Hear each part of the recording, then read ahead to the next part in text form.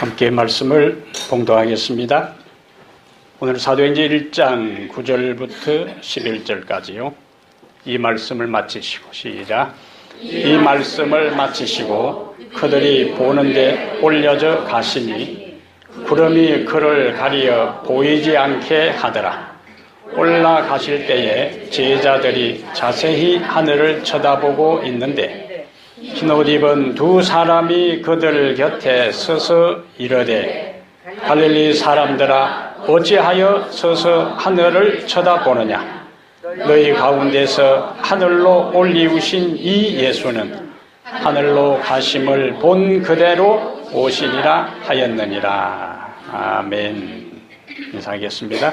예수님 때문에 행복합니다. 예수님 때문에 행복합니다. 예수님 때문에 행복합니다.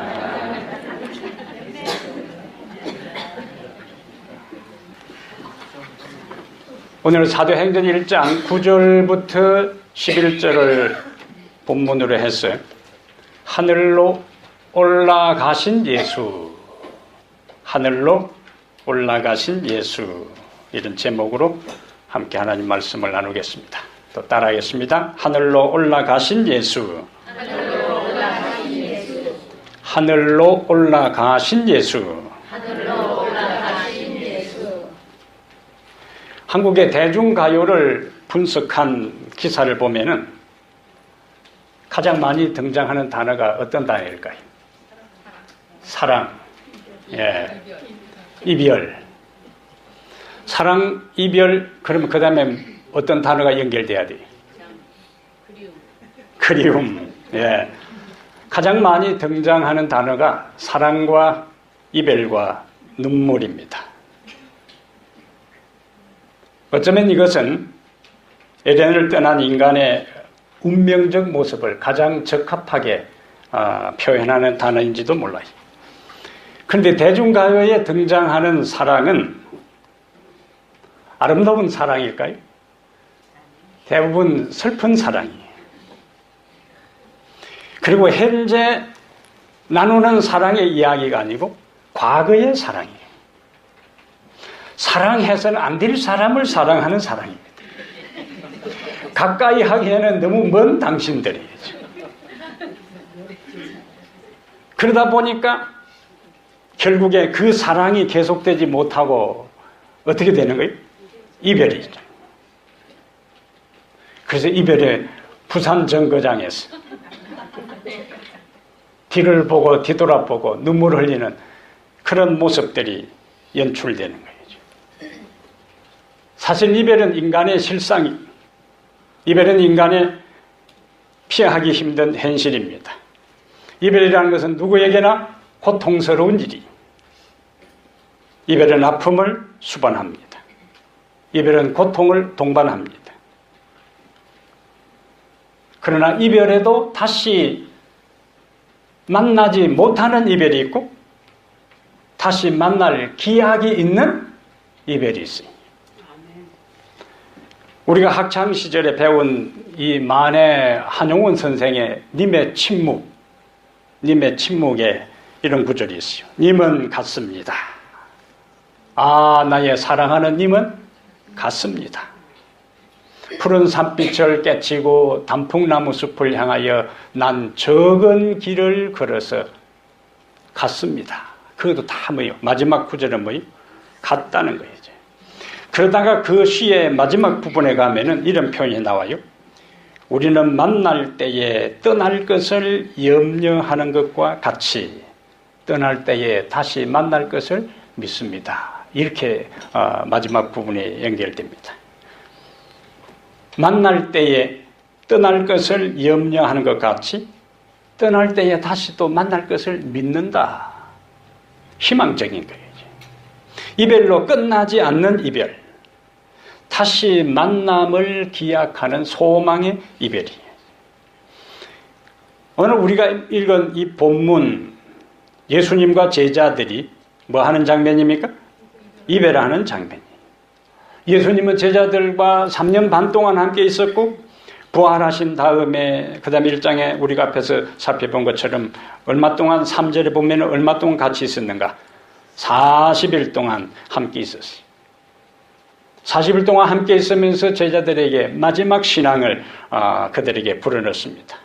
믿음을 격려합니다. 말씀을 통해서 다시 한번 그들의 신앙을 정립하도록 훈련시켜요. 그러나 뭐 해야 될 순간이에요? 이별해야 할 순간, 떠나야 할 순간, 그들에게 다가왔어요. 하늘로 올라가야 할 때가 이런 것입니다. 대부분 이별의 장면은 슬프고 대부분 이별의 장면은 아프고 가슴을 아리게 하지만은 오늘 본문의 장면은 그런 종류의 이별, 슬픈 이별도 아니고 가슴 아픈 이별도 아니고 가슴을 아리게 하는 아픔을 가져오는 그런 이별도 아니었어요. 다시 만날 무엇이 있는, 약속이 있는, 기약이 있는 그런 이별이었습니다. 예수님이 평소에 자주 찾으셨던 감람산으로 제자들을 데리고 갑니다. 그리고는 그들이 보는 가운데서 오늘 본문처럼 이 말씀을 마치시고 그들이 보는데 뭐 했다고요? 올려져 가셨다. 오늘 본문에 보면은 올라갔다는 것이 3번이나 나와요. 9절에 이 말씀을 마치시고 그들이 보는데 올려져 가시니, 10절에 보니까 올라가실 때에, 11절에 보니까 너희 가운데서 하늘로 올려지신 이 예수는, 세 구절에서 3번 예수님이 하늘로 뭐 하셨다는 것, 올라가셨다는 것을 강조하고 있어요. 그러면 성경의 기자가 반복해서 단어를 사용한다는 것은 그 사건이 중요하다는 거예요. 그렇다면 오늘 예수님은 어떤 분으로 올라가셨는가? 그 다음에 올라가신 그분은 현재 어떤 분으로서 무엇을 하고 계셨는가? 어떤 분으로 올라가셨으며 올라가신 그분은 지금 어떤 분으로 무엇을 하고 계셨는가 하는 것을 오늘 우리가 하나하나 살펴보겠습니다. 첫 번째, 예수님은 어떤 분으로 올라가셨는가? 그분은 승리자로서 올라가셨어요. 어떤 분으로 올라가셨어요? 승리자로서 올라가셨어요. 패배하고 퇴각하는 패장으로서 올라간 게 아니에요.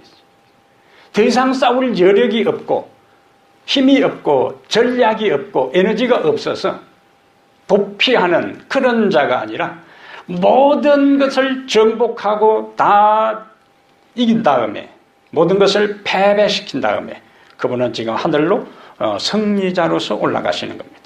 시대 소망에는 예수님이 하늘로 승천하실 때의 장면을 자세히 기록하고 있습니다. 예수님이 하늘로 승천하실 때에, 올라가실 때에 천사들이 하늘 입구에서 그를 기다리고 있습니다. 이전에 그분이 하늘에 계실 때에 그들의 상관이었어요. 그들을 다스리고 지도했던 대장이었습니다. 이때 예수님께서 하늘로 올라가실 때에 하늘 천사들이 반응하는 장면을 시편 24편에 이렇게 기록하고 있어요. 시편 24편 7절 가보겠어요. 시편 24편 7절. 예수님을 수행했던 천사들이 하늘 성문에 이르렀을 때에 이런 장면이 펼쳐집니다. 7절에 문들아 너희 머리를 들지어다. 영원한 문들아 들릴지어다. 영광의 왕이 들어가시리로다. 그러니까 그 성문을 지키는 천사들이 화답해요. 영광의 왕이 니시뇨 누구시냐? 강하고 능한 여호와시요 전쟁에 능한 여호와시로다. 문들아 너희 머리를 들지어다. 영원한 문들아 들릴지어다. 영광의 왕이 들어가시리로다. 10절에 다시요. 영광의 왕이 누구시냐? 만군의 여호와께서 곧 영광의 왕이시로다. 그러니까 하늘 도성의 문이 활짝 열리면서 그 열린 문을 통해서 영광스러운 예수님을 환영하는 하늘 찬양대의 음악, 하늘 찬양대의 오케스트라의 연주가 은연히 울려 퍼지는 가운데 예수님께서 그 문으로 승리자로서 당당히 입성하십니다. 그 안에는 언약의 무지개가 두르고 있는 보좌가 있습니다. 거기에는 그룹들과 서랍들이 도열해 있어요. 그리고 하늘의 천천만만의 천사들이 그 보좌를 둘러싸고 있으면서 예수님을 환영합니다. 그뿐만 아니라 온 우주의 거민의 대표들이 모여 구주의 승리를 축하하며 그에게 경배하며 영광을 돌립니다.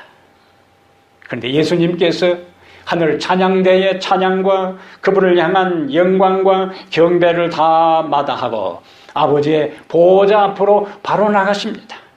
그리고 그의 상하신 머리와 찔리신 옆구리와 상한 발을 보이고 못자국이 난 손을 들고 하나님께 아버지께 외칩니다. 아버지여, 다 이루었습니다. 오 하나님이여, 다 성취했습니다. 내가 당신의 뜻을 명받았어. 내가 저 지구에 갔어.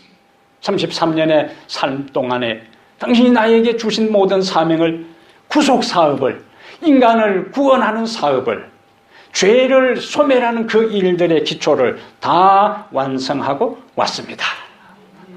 이제 내가 그 모든 일을 완성하고 승리자로서 이 하늘에 다시 돌아온 것처럼 저 땅에 남아있는 나를 믿는 수많은 사람들이 나를 통하여 승리하게 될 때에 나 있는 이곳에 그들도 있게 해 주십시오.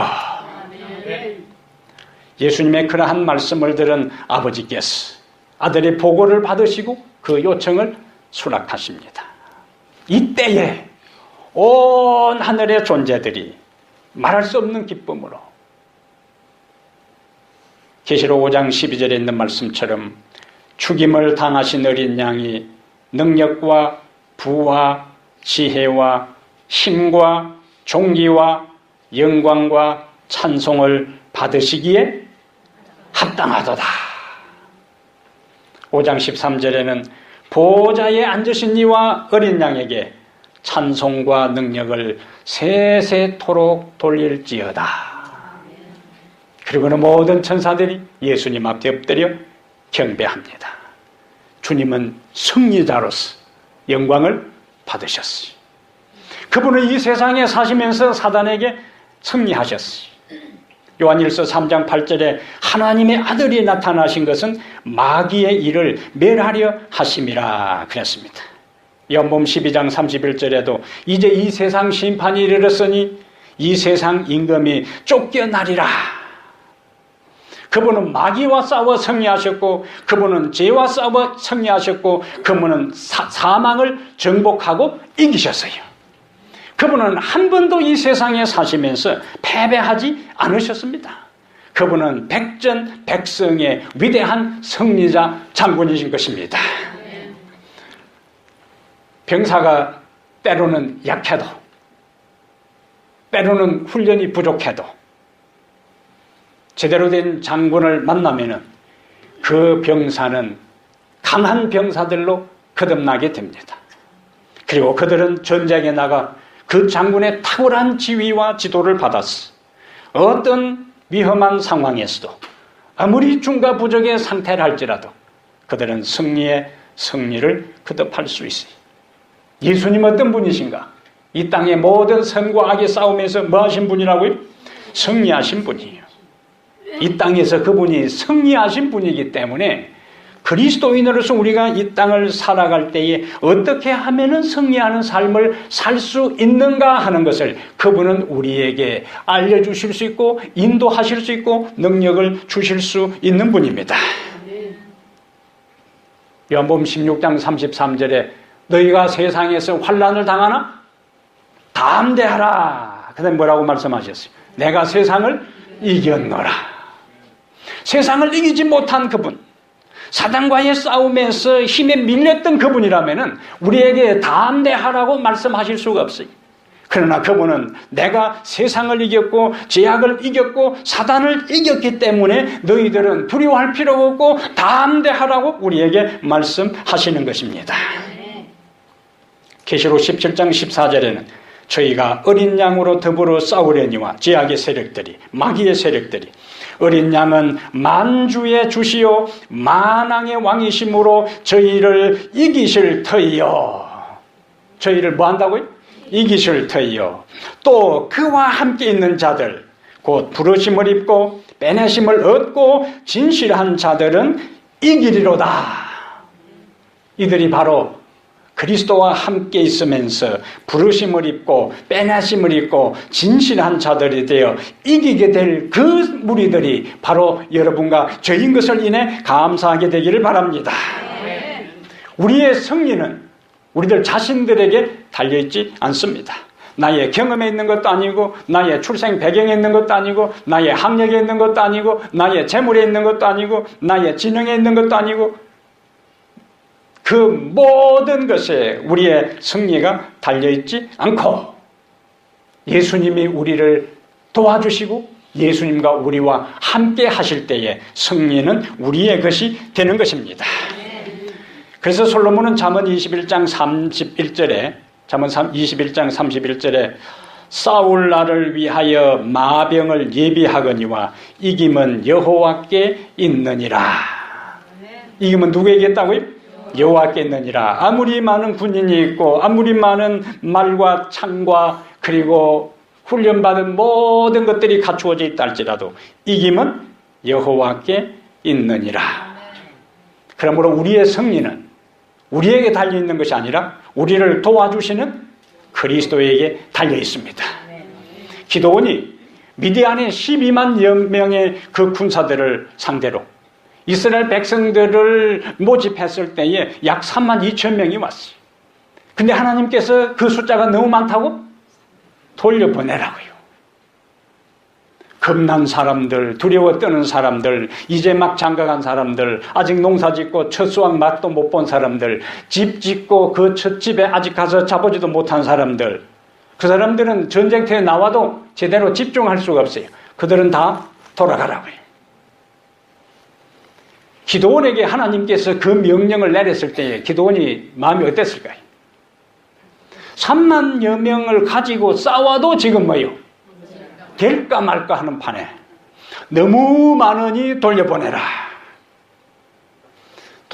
그러한 하나님의 명령을 전하면서도 제발 어떤 생각을 가졌을까요? 아닙니다 장군님, 우리는 마지막까지 뭐라고요?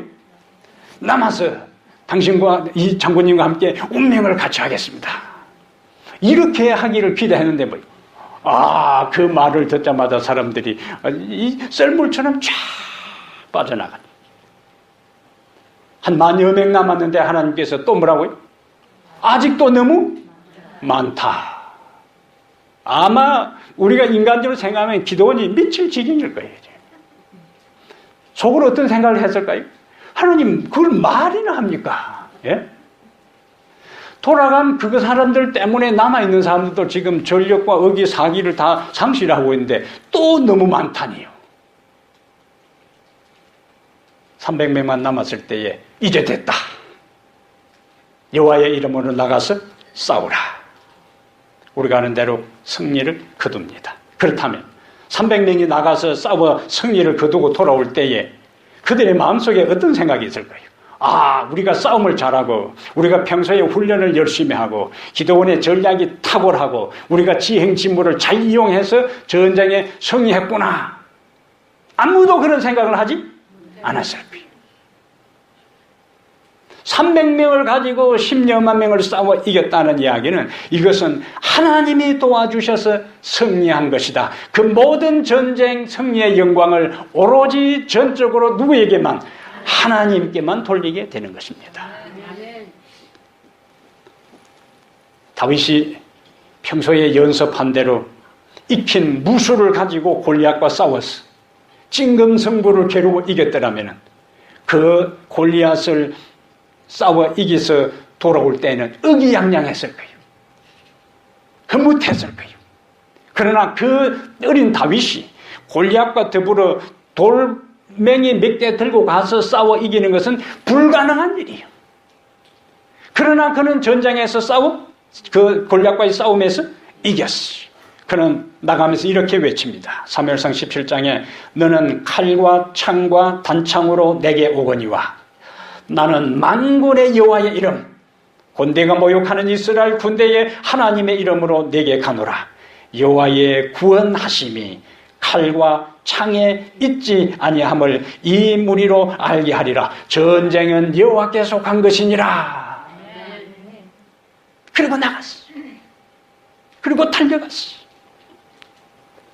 그는 전쟁의 승리가 누구에게 있는지를 알았어.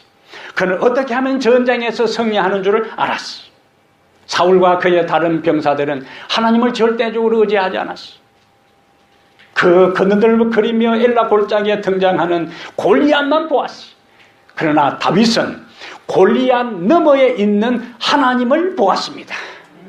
이스라엘 백성들은 거대한 덩치, 거구의 사나이, 훈련받고 중무장하고 그 다음에 자기의 휘하에 부관을 데리고 나타나는 그 적장의 hen제의 모습만 보았지만 다윗은 그가 덩치가 크면 클수록 내가 돌을 던지면 잘 맞출 수 있겠구나 이렇게 생각한 거예요. 하나님의 백성들은 동일한 현상을 보고 하나님의 백성들은 동일한 사물을 보고 하나님의 백성들은 동일한 상황과 형편 가운데서도 안 될 조건을 보지 않고 어려운 조건을 보지 않고 그 가운데서도 여전히 역사하시는 하나님의 능력을 바라보는 사람들입니다. 요한일서 5장 4절에 대저 하나님께로서 난 자마다 세상을 이기느니라. 세상을 이기면 이것이니 우리의 믿음이니라. 고린도전서 15장 57절에는 우리 주 예수 그리스도로 말미암아 우리에게 승리를 주시는 하나님께 감사하노니.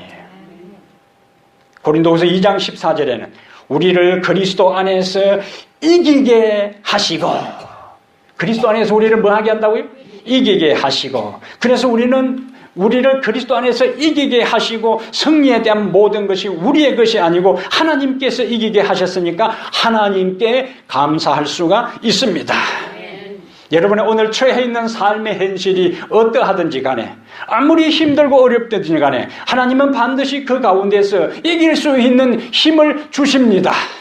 승리할 수 있는 힘을 주십니다. 극복할 수 있는 힘을 주십니다. 정복할 수 있는 힘을 주십니다. 뚫고 나갈 수 있는 힘을 주십니다. 왜냐하면 그분이 이 세상에서 사람들이 생각할 때에 이길 수 없는 모든 싸움을 당당하게 하나님의 능력을 의지해서 이기고 승리하셨기 때문에 승리하신 그분이 우리를 이기게 하실 것입니다. 우리는 패배를 생각하지 말고 우리는 실패를 기억하지 말고 언제나 우리와 함께 하시면서 이기게 하시는 승리자 예수 그리스도를 바라보며 승리하는 여러분 되기를 주의 이름으로 축복합니다. 두 번째, 그분은 승리자로서 입성하신 다음에 어떤 분으로 계시는가? 세상을 통치하는 왕으로 계세요. 우리가 사는 세상 형편을 바라보고 우리 주변에 개인적인 삶과 여러 정황들을 바라보면 마음이 답답하기 그지없습니다. 어쩌면 때로는 하나님이 이 세상에 너무 무관심한 것처럼 생각될 수도 있어요.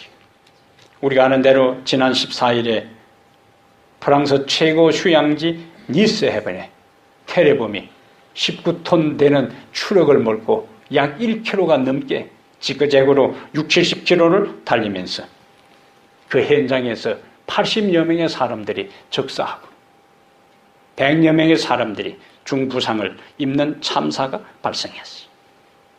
우리가 사는 이 나라에도 흑백 갈등으로 인한 시위가 끊임없이 일어나고 있어요. 우리의 조국도 사드 배치 문제로 인해서 수많은 문제로 홍역을 앓고 있습니다. 여러분 한 사람 한 사람도 개인적인 이런저런 문제로 마음에 힘든 나날을 보내는 사람들도 있어요. 이런 때에 주님은 어디 계시며 무엇을 하고 계시는가? 베드로전서 3장 22절에 그분은 이 세상에 오시기 전에 우주의 통치자 왕으로 계셨다가 인간을 구원하는 일을 완성하신 다음에 그가 하늘에 다시 오르셨는데 베드로전서 3장 22절 그가 하늘에 오르사 하나님 우편에 계시니 천사들과 권세들과 능력들이 그에게 복종하느니라. 그게 어디에 오르셨다고요? 하늘에 오르사 하나님 우편에 계시니 천사들과 권세들과 능력들이 그에게 복종하느니라. 그분은 마태복음 28장 18절에 본인이 말씀하신 것처럼 하늘과 땅의 모든 권세를 가졌다고 말씀했어요. 한 나라의 권세만 가지고 있어도, 예? 사람들이 그 한 나라의 권세를 갖기 위해서 얼마나 그 자리를 차지하기 위해서, 그 권세를 획득하기 위해서 애쓰고 노력하는지 몰라요. 때로는 다른 사람을 제거하기도 하고, 옛날 같으면 다른 사람을 숙청하고 죽이고 암살하면서까지 그 권력을 얻으려고 합니다. 힘을 얻으려고 해요.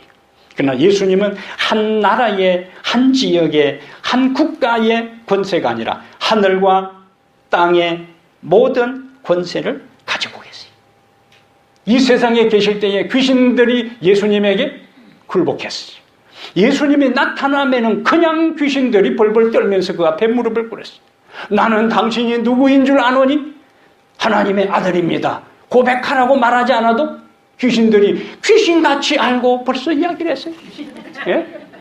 다른 사람들은 잘 몰랐어요. 당시에 이스라엘 백성들은 예수님이 하나님의 아들인지 잘 몰랐어요. 그래서 막대했어요. 그래서 믿지 않았어요. 그래서 그를 십자가에 죽였어요. 그러나 귀신들은 예수님이 정체가 누구인지를 어떻게 알고요?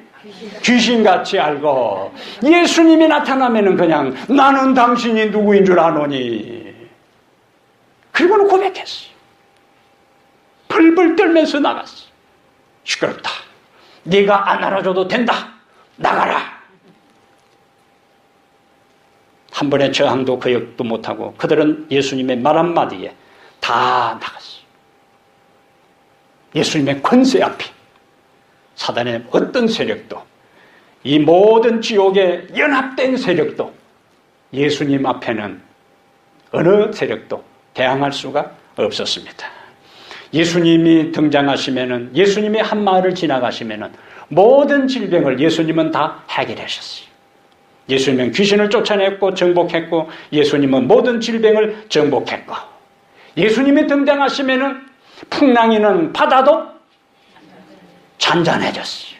잔잔하라, 고요하라 하는 순간에 바람이 잔잔하고 아주 고요하여 지더라. 말 못하는 이 세상의 모든 자연계도 예수님 앞에, 예수님의 권세 앞에 다 뭐 했는가? 굴복했어요. 다 그분의 권세와 권능 앞에 굴복하고 무릎을 꿇었습니다. 그분이 지금 하늘에 계십니다. 이사야 6장을 우리가 잠깐 가보겠어요. 역사를 잠깐 거슬러 올라가 보겠습니다. 이사야 6장에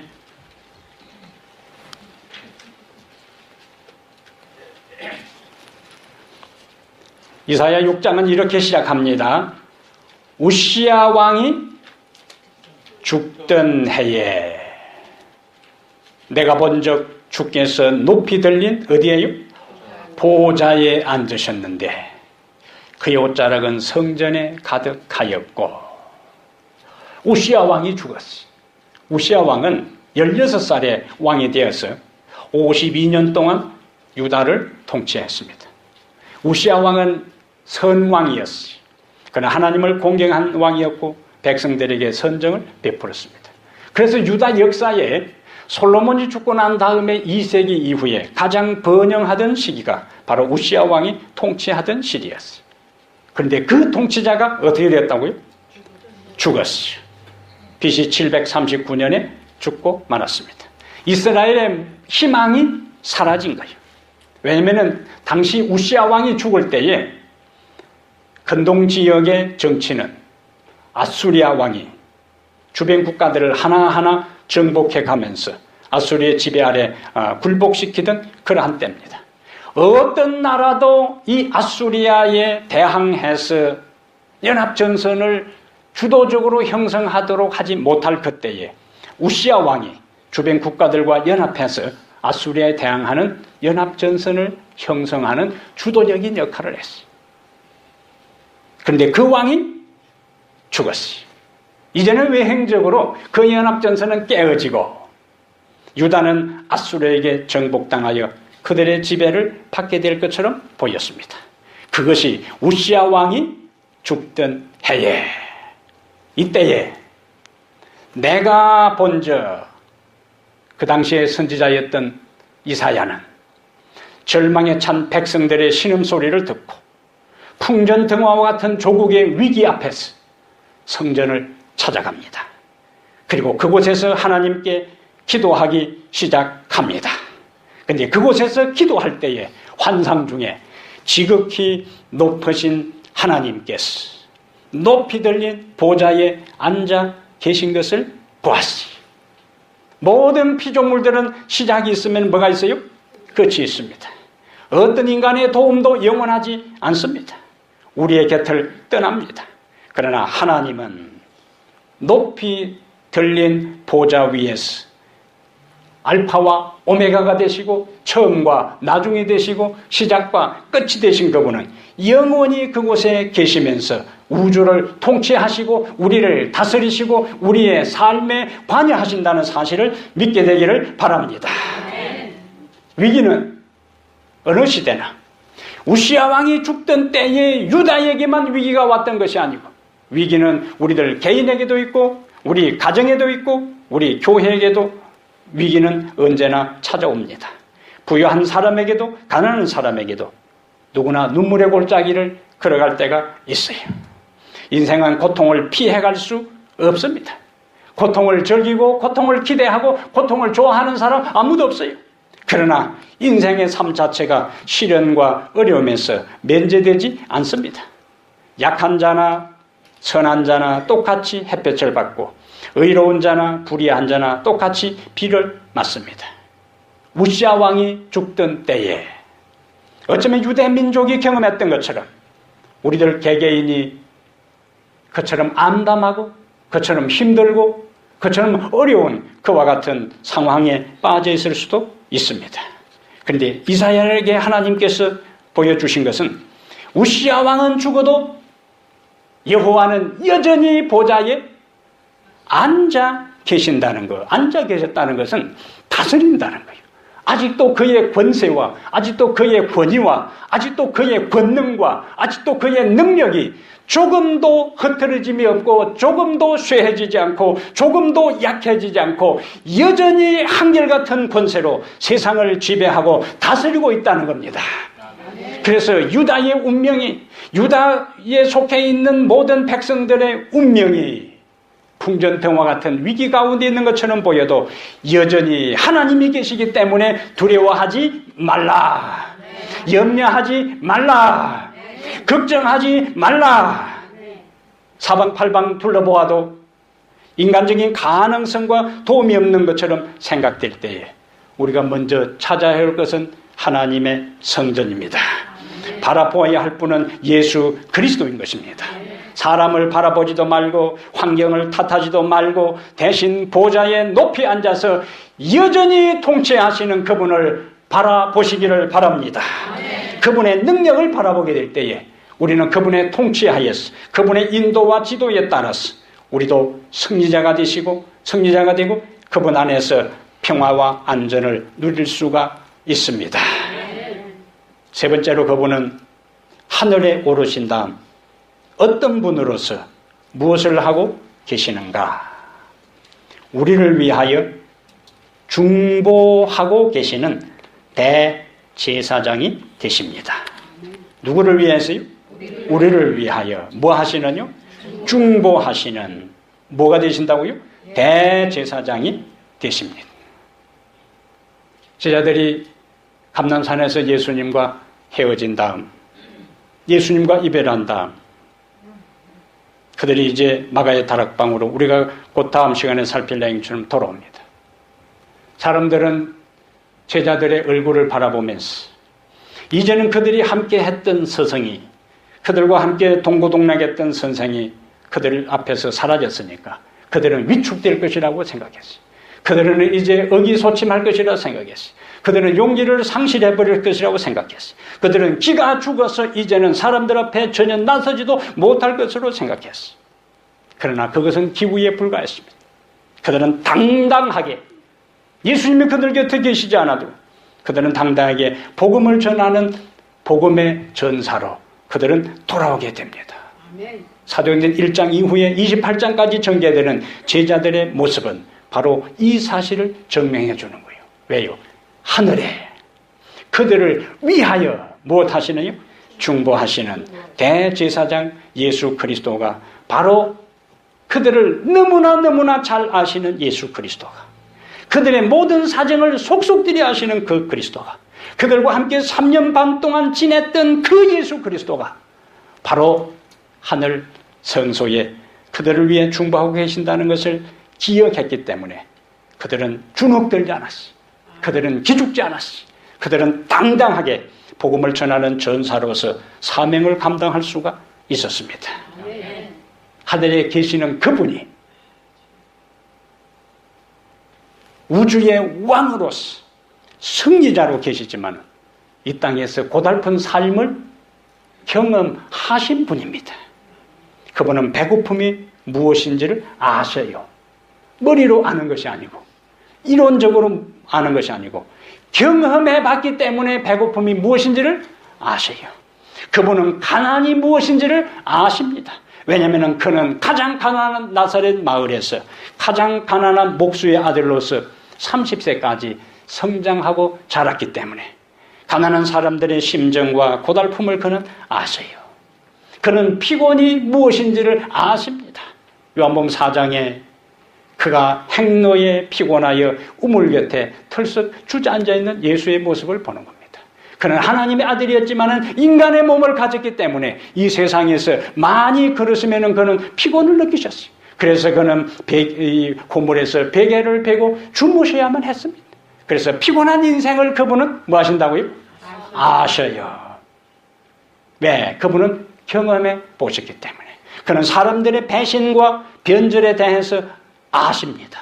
사람 믿었던 사람에게 배신당하고 함께 영원히 사랑하기로 했던 사람이 상처를 주고 떠났을 때에 그 고통과 그 아픔과 그 상처가 어떤지를 그분은 아셔요. 그분은 사랑하는 백성들에게 거절을 당했어요. 그는 제자에게 부인을 당했습니다. 그는 제자에게 배신을 당했습니다. 그는 마을 사람들에게 거부당했어요. 그래서 그분은 거부당한다는 것이 무엇인지를, 혼자라는 것이 무엇인지를, 배신당한다는 것이 무엇인지를 그는 아세요. 이해하십니다. 디모데전서 2장 5절에 하나님은 한 분이시요 또 하나님과 사람 사이의 중보자도 한 분이시니 곧 사람이신 그리스도 예수라. 살다 보면 우리는 많은 실수를 합니다. 살다 보면은 죄를 지을 때도 있어요. 그래서 우리는 죄책감 가운데 삽니다. 그런데 연약한 우리를 위해 예수님께서 어디에서요? 하늘 성소에서 무슨 신분으로? 대제사장의 신분으로 우리를 위해서 뭐 하신다고요? 중보하신다. 요한일서 2장 1절에 나의 자녀들아 내가 이것을 너희에게 쓰면 너희로 죄를 범치 않게 하려 함이라. 만일 누가 죄를 범하면 아버지 앞에서 우리에게 대언자가 있으니 곧 의로우신 예수 그리스도시라. 자신을 가장 잘 아는 사람, 내가 현재 당하는 아픔을 누군가 이해해 준다는 것을 기억할 때 위로가 되는 겁니다. 저는 중학교 다닐 때에 자주 교무실에 불려갔어요. 수업료를 못 내는 학생은 꼭 교무실에 데리고 갔어요. 돈이 있으면 왜 안 내겠어요? 돈이 없어서 못 내는 학생을 부르다가 언제 낼 것이냐고 다그칠 때 교무실에 잠깐 와볼래? 하면은 가슴이 수업료 아니면은 교무실에 불려갈 정도의 나쁜 학생은 아니었으니까. 담임 선생님이 교무실에 좀 올래? 하는 순간에 가슴이 철렁 내렸어요. 자신이 한없이 초라한 생각이 들어요. 그리고 대학을 갔어요. 대학 갔을 때에 새 학기가 시작될 이 전마다 거의 빠짐없이 학교 게시판에 재무과에서 등록금 미납 학생 리스트 명단에 제 이름이 들어갑니다. 돈 없는 서러움요. 예? 수업료를 제대로 내지 못하고 교무실에 불려가고 등록금을 제시 때에 내지 못해서 게시판에 이름이 올라가 있을 때에, 그래서 매 일요일마다 학교 리어카를 빌려서 하얀 장갑을 끼고 학교 쓰레기통을 뒤지면서, 그리고 교수들 사무실을 찾아다니면서 숙제 낸 종이를 모으고 병을 모으고 고철을 모았어요. 미에까지 싣고 삼육대학 뒤쪽에 있는 고물상에 가서 팔면은 종이 1kg에 20원 줍니다. 그래서 한 리아카 끙끙대면서 끌고 갔다 팔면은 2,000원. 그러면은 11금 200원 빼고 아이스케이트 하나 사서 일했으니까 수고한 당신 먹을 자격이 있다. 근데요, 일요일날 봄 단풍이 아름답게 익어가는 가을에 등산복 차림으로 애인과 함께 산을 오르고 애인과 함께 외출하는 그 모습을 보는데, 나는 리아카를 끌고 쓰레기통을 뒤진다 할 때예요. 그래도 마음의 위로를 얻을 수 있는 것은 주님이 이 세상에 계시면서 가난을 경험하셨지요.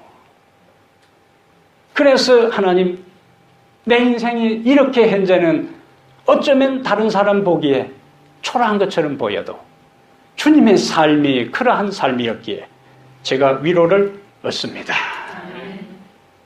방학이 되어서 제목과에 숙제 갈 때에 숙제실에 따로 있는 것도 아니고 책상 위에서 1년 반 동안 군용 침낭에서 직원들이 다 퇴근하고 난 다음에 그 책상 위에서 잠을 자고, 어떤 때는 쫙 떨어져요. 아, 꿈이구나 하는데 진짜 떨어졌어.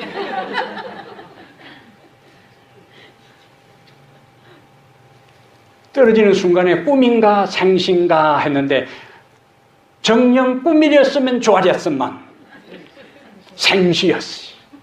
그래서 팔이 부러졌나 박은 안 터졌나, 그 순간에요, 하나님, 내가 이렇게 책상 위에서 침낭에서 잠을 자더라도 주님은 나를 다 아시죠. 주님은 나를 다 이해하시죠. 내가 배고픔을 경험하고 내가 가난함을 경험하고 내가 이러한 어려운 환경에서 내가 신학을 공부하고 앞으로 목사가 될 때에 배고픈 자들을, 가난한 자들을, 힘들고 어렵게 살아가는 사람을, 하나님, 내가 목사로서 가슴으로 다가가고 가슴으로 이해하고 가슴으로 그들을 끌어안고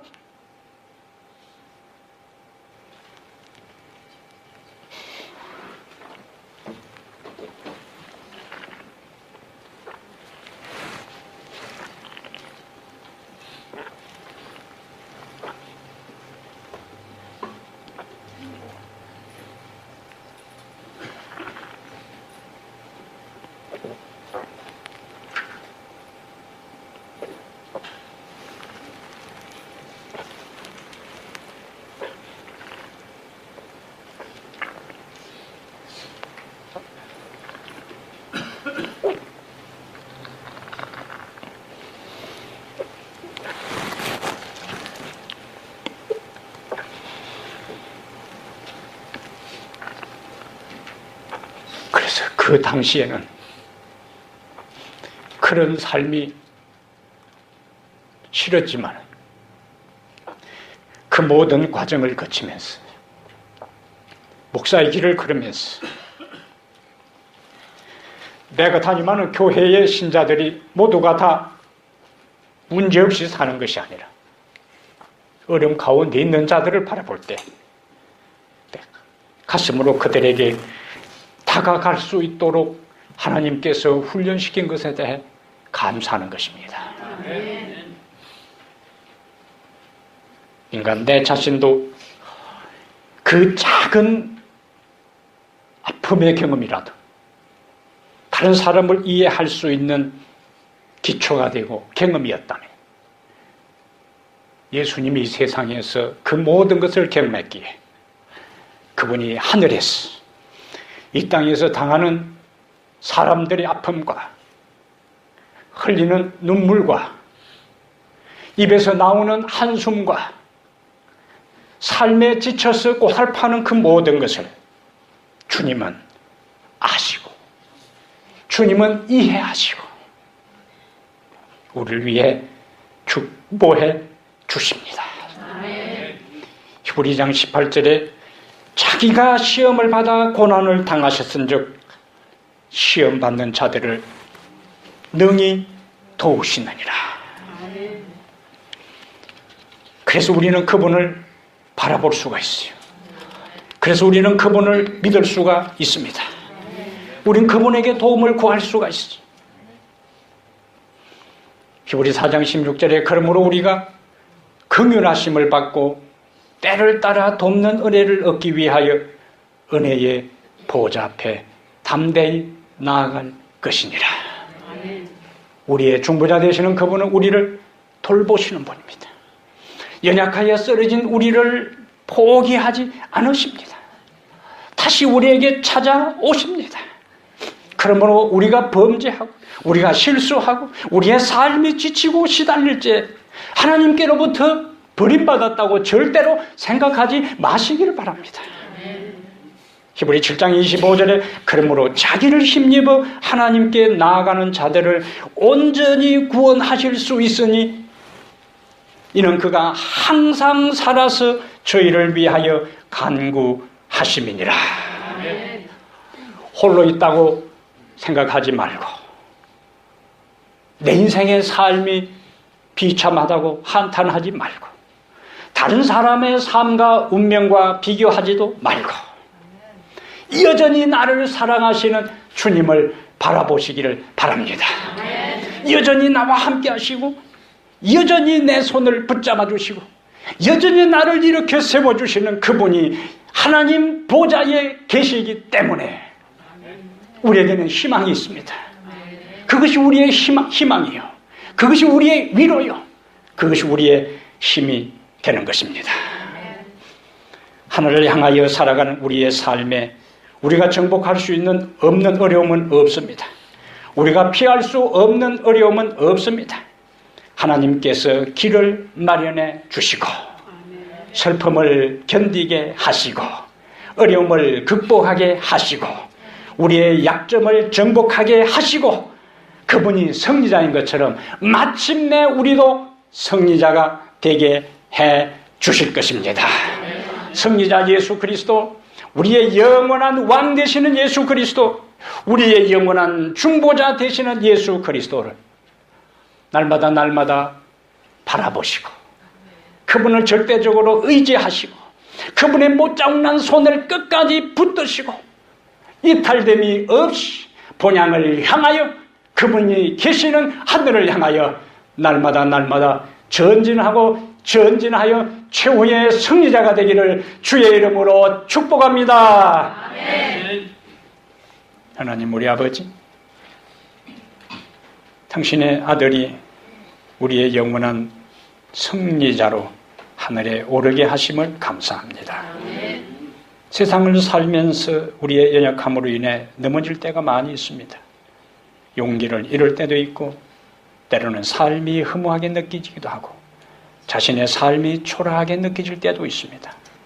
아버지, 이 땅에 사시면서 당신의 아들이 인간이 겪는 모든 아픔과 좌절과 슬픔과 눈물을 다 경험하게 하시고 승리하게 하시며 하늘 보좌의 왕으로서 제사장으로 계시게 하신 것을 감사합니다. 이제 우리가 이 땅에 사는 날 동안 주님을 우리의 왕으로 모시면서 때로는 실수하고 넘어질지라도 연약할지라도 여전히 우리를 한결같은 사랑으로 무궁한 사랑으로 우리를 사랑하시는 중보자 예수 그리스도, 대제사장 예수 그리스도가 있는 하늘 성소를 바라보며 살아가게 하옵소서. 세상은 혼란하고 하나님이 통치하지 아니하는 것처럼 보이고 내 인생의 삶에 하나님이 무관심한 것처럼 보여도 이사야 6장에 있는 것처럼 높이 들린 보좌 위에 영원히 통치하시는 주님이 계심을 바라보게 해 주시옵소서. 이제 세상을 향하여 나갑니다. 승리자로 살기를 원합니다. 주여 우리와 함께 하시고 당당히 하늘 보좌문을 통과할 때까지 이 땅에서 승리를 경험하는 저희들 모두 되게 하옵소서. 우리 주 예수님 이름으로 기도하옵나이다. 아멘.